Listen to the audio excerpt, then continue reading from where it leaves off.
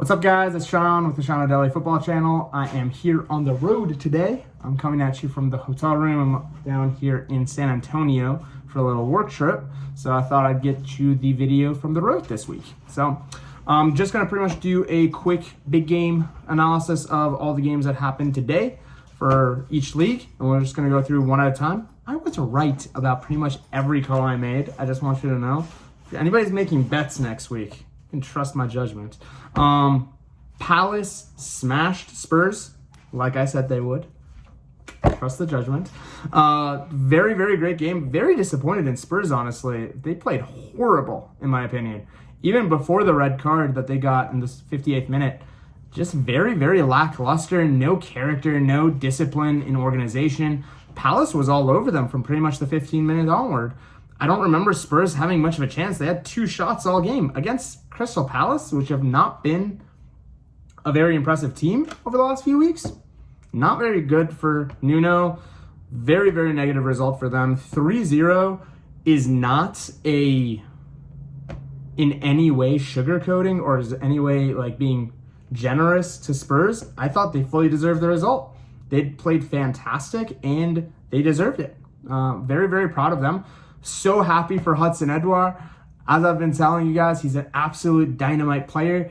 Came on within 30 seconds. He got his first goal after he came on at the 84th minute, and then got a second goal later on in the game. Conor Gallagher played well. Zaha played fantastic. All around, great showing from Palace. I think it's going to take a little bit of time for all these new signings to kind of bed in, but moving forward, I'm very, very optimistic about this Palace team. There's more players that are going to be bedded in slowly. I'm pretty sure Benteke will lose his spot very soon. I'm pretty sure Ayew will lose his spot very soon for better players that are going to be coming in. Spurs need to have a good look in the mirror. Kind of can chalk it up to a bad game and kind of move on, but very, very disappointed from them.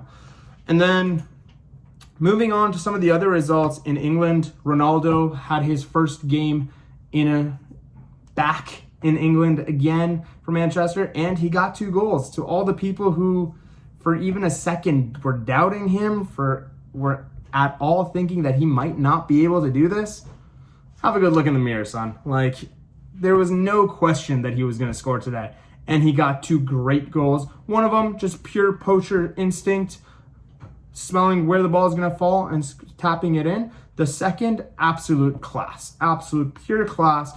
A goal that not many strikers would get, maybe 2 or 3 in the world.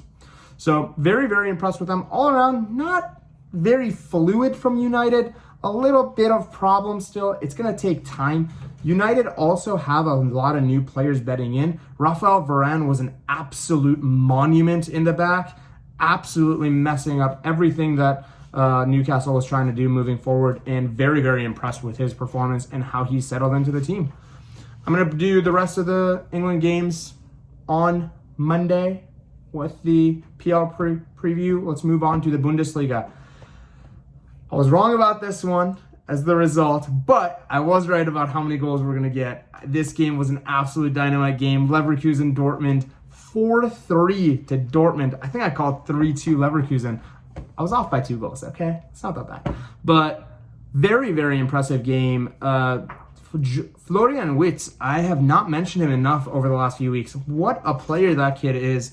And obviously Patrick Schick, Moussa Diaby, talk about them every week. And they got on the goal sheet, and they were playing very well. In all honesty, Dortmund were impressive. I was very much impressed with how Dortmund played this game, and I thought they did a great job at handling a lot of the problems that Leverkusen were giving them. Considering this game wasn't at home, and considering that they got a goal called off for kind of no reason, in my opinion, I was very, very happy that Dortmund were able to win. Erling Haaland being Erling Haaland at this point, it's kind of stupid that at 21, we're already labeling this kid as one of the best players in the world, and he's expected to get 2 goals a game like it's nothing. Very, very impressive from him. What a free kick goal by Rafael Guerreiro. I do not believe you can hit a ball from a free kick from a standstill position better than what Rafael Guerreiro did. If you haven't seen the highlights, go check it out. It's absolutely amazing. Both teams played phenomenally, in my opinion. It's just leaky defenses in the Bundesliga. New management, this is bound to happen. Attacking talents, I would much rather watch, if you're going to have a new league, new management, new systems, I'd rather watch a 4-3 than a 1-0 every single day. So watch the Bundesliga. It's always worth it. Moving on to the second big game in the Bundi, we have Bayern Leipzig versus Bayern. And this was kind of writing was on the wall. Bayern were going to win, and they did it pretty convincingly. 4-1 at Leipzig. Can't get much better than that. Pretty early on, Lewandowski scored his penalty. It's kind of inevitable at this point. Musiala, I'm so happy that he's getting all the praise in the world. The kid looks good. And I'm happy that Leroy Sané is actually kind of getting back into his groove. Leroy Sané has the potential to be one of the greatest players in the world, but he just doesn't show it enough consistently. Kind of has that Anthony Martial vibe about him. But I hope he can kind of shake it off and do well.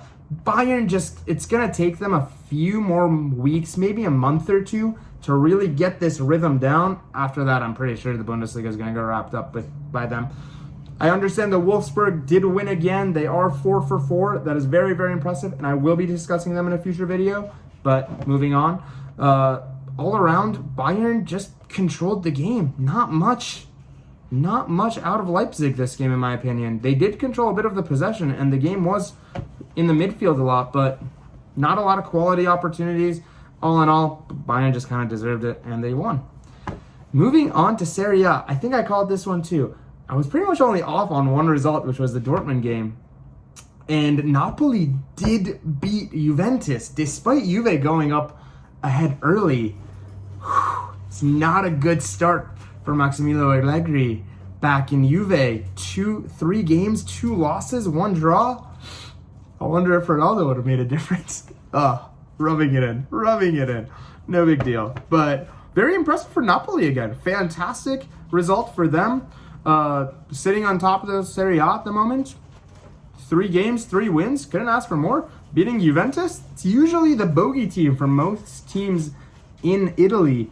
No matter how, even over the last 2 or 3 seasons, Juve is not an easy team to beat for the top 6 teams typically.